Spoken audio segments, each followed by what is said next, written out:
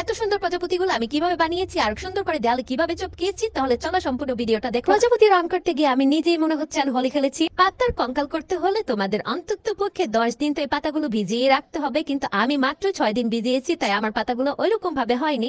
তবে আমি প্রজাপতি বানাবো তার জন্য পারফেক্ট। এখন চলো রং করার পালা। তো রং করার জন্য আমি প্রথমে কাগজ ইউজ করেছিলাম, মানে পলিথিন। তো পলিথিনে কোনোভাবে রং বসতেছিল না। পলিথিনে যেহেতু রং বসতেছে না, তো আমি সাদা কাগজ নিয়েছি। সাদা কাগজে রংটা সুন্দর করে বসে গেছে। এই দেখো কত সুন্দর করে বসেছে। তারপরে আমি একটা সুন্দর করে সাদা কাগজকে আগে প্রজাপতি শেপে কেটে নিয়েছি। তারপরে প্রজাপতিটাকে আমি সুন্দর করে পাতার উপরে বসিয়ে তারপরে আমি পাতাটাকে প্রজাপতি শেপে কেটে নিয়েছি। দেখো কত সুন্দর করে সবগুলা কেটে নিয়েছি। প্রজাপতিটাকে আরেকটু সুন্দর করার জন্য আমি এখানে একটা চেন ব্যবহার করেছি। তোমরা যে কোনো পুঁতি বা কোনো কিছু ব্যবহার করতে পারো, তবে কোনো সমস্যা নাই। আমি হাতের কাছে চেনটা পেয়েছি তাই চেনটা ব্যবহার করেছি। আর চেনটা কিন্তু প্রজাপতিতে দেওয়ার পর প্রজাপতিটা খুবই গর্জিয়াস হয়ে গেছে।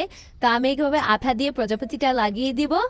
দেখো প্রত্যেকটা প্রজাপতি দেখার মতো সুন্দর হয়েছে। আমার প্রজাপতি রে, উইরা যাইস না রে, তুই আমার কাছেই থাকিস। তাই আমি কি করব, এখন আঠা দিয়ে সুন্দর করে দেয়ালে চিপকে দিব, যাতে কখনো আর না যায় প্রজাপতি উড়ে আমার এই কাছ থেকে।